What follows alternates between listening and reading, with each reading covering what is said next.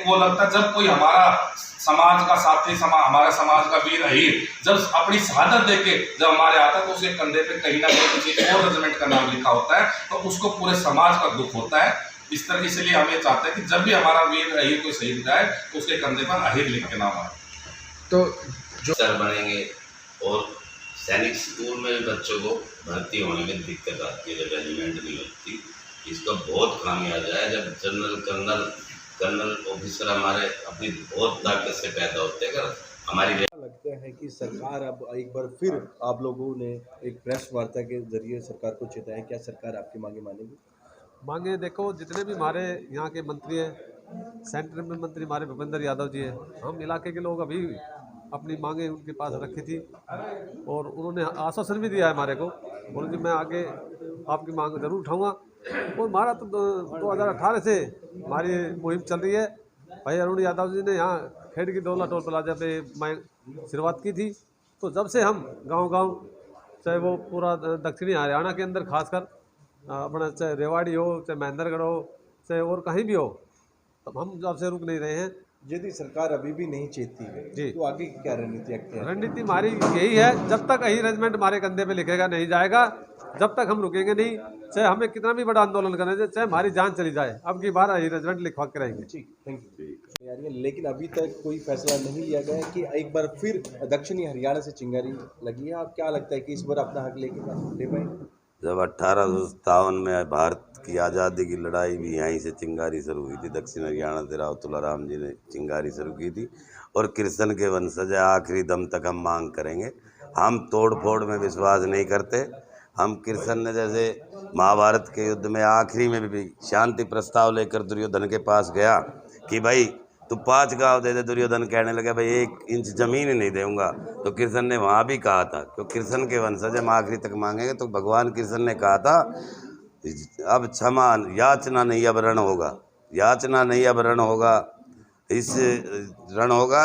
अब दुर्योधन इस बात का तू उत्तरदायी होगा, तू धाराशाही होगा, इस बात का तू उत्तरदायी होगा। भगवान कृष्ण के वंशज हम बहुत आराम से काम करने वाले लोग हैं, हम आखिरी तक मांगेंगे।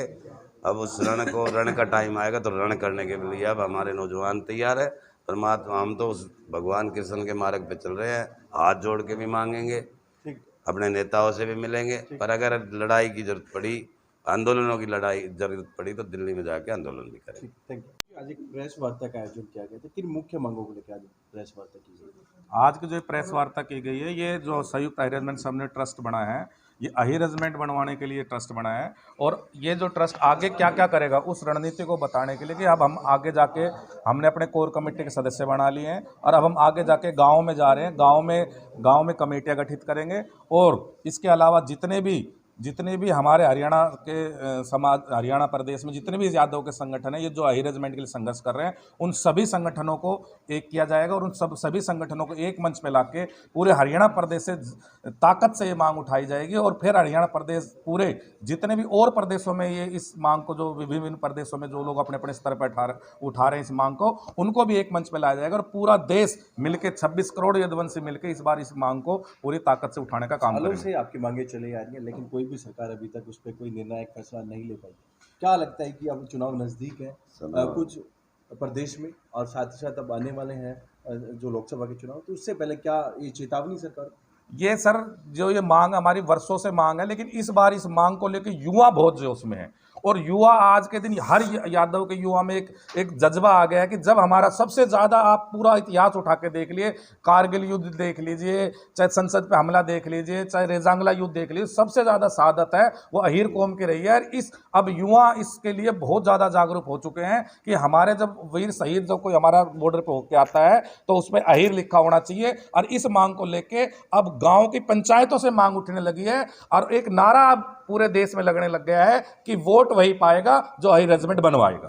Thank you.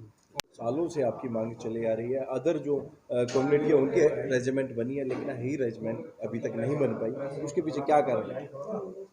आज़ादी से पहले भी और आज़ादी के बाद भी हमारी कौम लगातार देश की रक्षा में, देश की सुरक्षा में अपना प्राण न्यौछावर करती आई है और वो देश की सुरक्षा के लिए अपनी शहादत देती आई है।